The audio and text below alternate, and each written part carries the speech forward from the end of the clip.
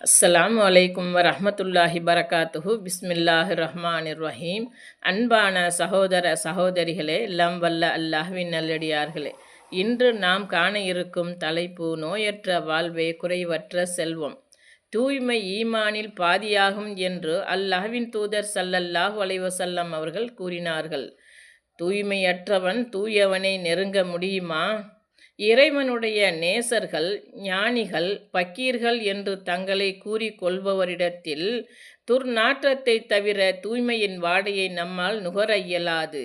1 மீட்டருக்கு நகத்தை வளர்த்திருப்பார்கள், அதனுள் 1½ படி அழுக்கு திரண்டிருக்கும். குளித்து பல மாதங்கள் ஆனதால் சடை விழுந்திருக்கும். முடிகளை களைய வேண்டிய இடங்களில் களைந்திருக்க மாட்டார்கள். இத்தகைய நிலையில் இருப்பவர்கள் இறைவனிடத்தில் நமக்கு வேண்டியதை பெற்றுத் தருவார்கள் என்று நம்புவது எவ்வளவு மடமை! ஈமானில் பாதியாக விளங்குகின்ற சுத்தம் இவர்களிடத்தில் இல்லை என்றால் பாதி ஈமான் இல்லை என்றுதானே அர்த்தம். அரைகுறையாக நம்பிக்கை கொண்டவன் எப்படி இறைவனின் நெருக்கத்தை பெற்றுத்தர முடியும்? முதலில் அவனே இறைவனை நெருங்க முடியாது. 5 நேரம் தொழுது தூய்மையை கடைபிடித்து வாழும் ஒரு சாதாரண மனிதன் இறைவனை நெருங்குகின்ற அளவில் கூட இவர்களால் நெருங்க இயலாது.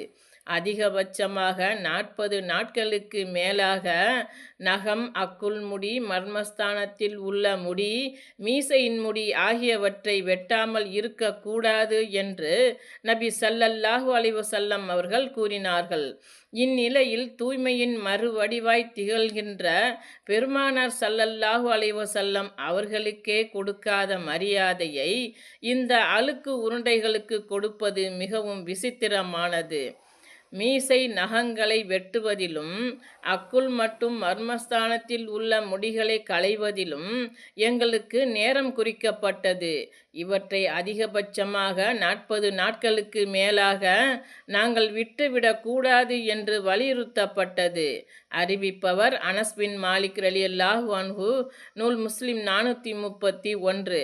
நபிகள் நாயகம் ஸல்லல்லாஹு அலைஹி வஸல்லம் அவர்கள் சுத்தத்தை ஈமானில் பாதி என்று விளங்குவதற்கு காரணம் அல்லாஹ் அதை விரும்புகிறான் என்பதே ஆகும். அல்லாஹ் விரும்பக்கூடிய எல்லா காரியங்களும் ஈமானுடைய வட்டத்திற்குள் வந்துவிடும். தூய்மையை நாம் விரும்பினால் அல்லாஹ் நம்மை விரும்புகிறான் என்று பின்வரும் வசனம் உணர்த்துகிறது. அதில் தூய்மையை விரும்பும் ஆண்கள் உள்ளனர். அல்லாஹ் தூய்மையானவர்களை விரும்புகிறான். அல் குர்ஆன் அத்தியாயம் 9 வசனம் 108. அழகானவன்